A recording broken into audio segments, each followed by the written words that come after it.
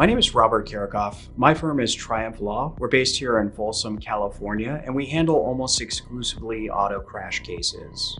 When defendant Gary Circle was driving down a local 4-lane road with a 40-mile-an-hour speed limit, he was doing 86, and he was under the influence of alcohol at the time of the crash.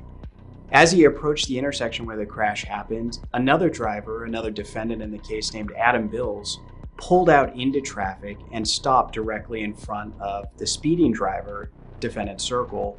That caused the speeding driver to have to take evasive action. He chose to turn to the right, and unfortunately, in doing so, ended up crashing into my client's house. As we needed to demonstrate what the perspective of the driver who was pulling out was, and how that related to the oncoming driver that was going too fast, and just give the jury a better overall perspective of how this crash actually happened. Because even though we had video from down the street, the animation helped bring all three of our ring videos together, as well as our accident reconstruction expert testimony about how this near miss between the two vehicles happened that resulted in the speeding vehicle crashing into the plaintiff's house. There were three visuals that we ended up using from DK Global for the trial. So the first animation that we used, the accident reconstruction animation, we wanted to show the jury exactly what happened, to bring all the pieces of evidence together in one place. With the sternum repair surgery, we wanted to show how severe the actual injury was. Mr. Williams' sternum had broken completely in two, and the injury was so severe and unusual that his surgeon, nearly 4 years after the crash, still specifically remembered the injury and the procedure that she performed. We used the third DK Global animation with respect to Mr. Williams' forearm. That was broken in two in the crash. The doctors tried to treat that conservatively with a splint, but the forearm never healed. So ultimately, a surgeon was required to go in and fuse those two bones together with a plate and screws.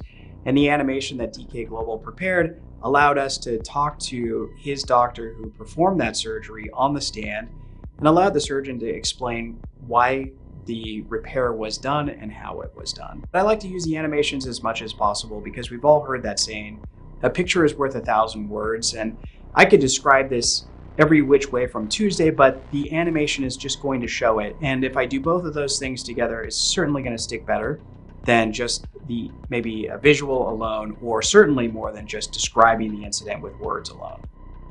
The outcome of the case was a jury verdict in the amount of $6.5 million.